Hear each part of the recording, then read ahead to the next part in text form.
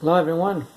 So what I've said so far, if you keep your toleration level, if you keep stuff below the toleration level of your body, you'll be healthy. You have healthy blood, healthy cells. You won't get sick. You won't get the virus and all that business. And I said, the toxins that come into your blood, come into your body, they come from polluted air. They come from polluted water. They come from medicine from pharmacies, okay, remedies and all that, synthetic medicines. All these things pollute your blood, and till a certain point your body can take it, but then your immunological system and all that. But then when it goes beyond the toleration point, then you can start getting sick, and the viruses and the bacteria start taking over, and then they start eating you up. Now, another thing too is that has toxins is your is food. Okay, so I want to get into the subject of food. Just say something about it. I'll say more about it later, but just some principal things. So people, the majority of people do not know how to eat. Okay, that's why they get toxins and they get sick and all that.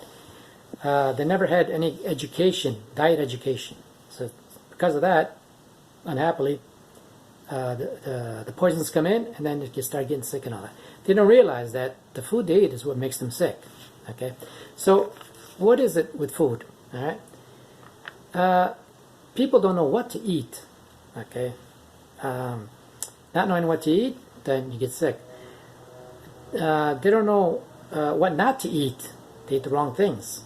That brings in the sicknesses, the poisons. They don't know how much to eat. Okay, they eat too much or too little, and that affects their health. They don't know how to eat, how to prepare the foods in the right way and all that sort of thing. They don't know when to eat. Sometimes they never eat, or eat all the time. That's not right either. They don't know when not to eat. There's a point of, you have to have some self-control in that area there, They don't know how to combine their foods. Okay, so they get a whole bunch of carbohydrates, 3 or 4 types, and put them all together, and then they really get bloated and all that. They don't know how to balance their acids with their alkalines, which is very important in diet and health. So, and then, to make it worse, people eat foods that are devitalized, so foods that have no vitamins, no salt minerals. So even though they're killing their hunger, they're not nurturing their body, let's see. They eat chemically preserved foods that give it artificial taste, artificial odor, artificial color, and all that. Just fools them, So the toxins of these foods is what bring this sickness and premature mortality. Well, people say, oh, but, I took pills and I got well. No, it wasn't the pills that got you well.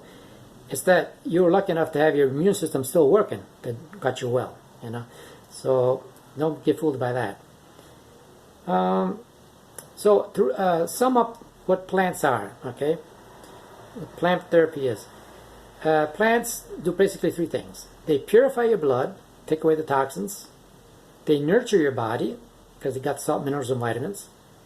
And they boost up your immune system because they provide your blood with richness and all things that need to get it in your blood.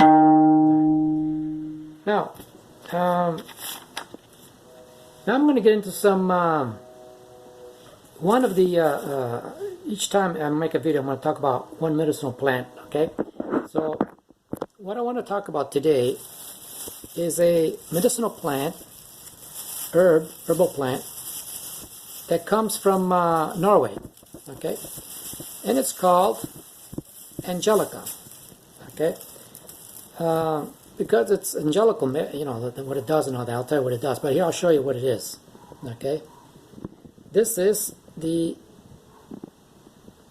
Angelica plant, okay? Can you see it? There you go. It comes from a bark and all that, but it's a medicinal plant. Very blessed plant. It's very expensive. This is about like $50 a bag, okay? So there's your Angelica. Now what is it good for?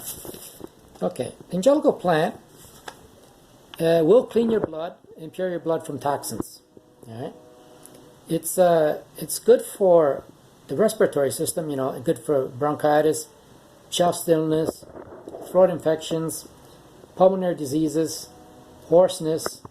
So it's this time of where you got to really protect your chest and your lungs. This is a very good plant for that. I take this tea about 3 times a week myself. It's good for headaches, convulsions, vomits, colic pains, and it's also for the digestive system is very good.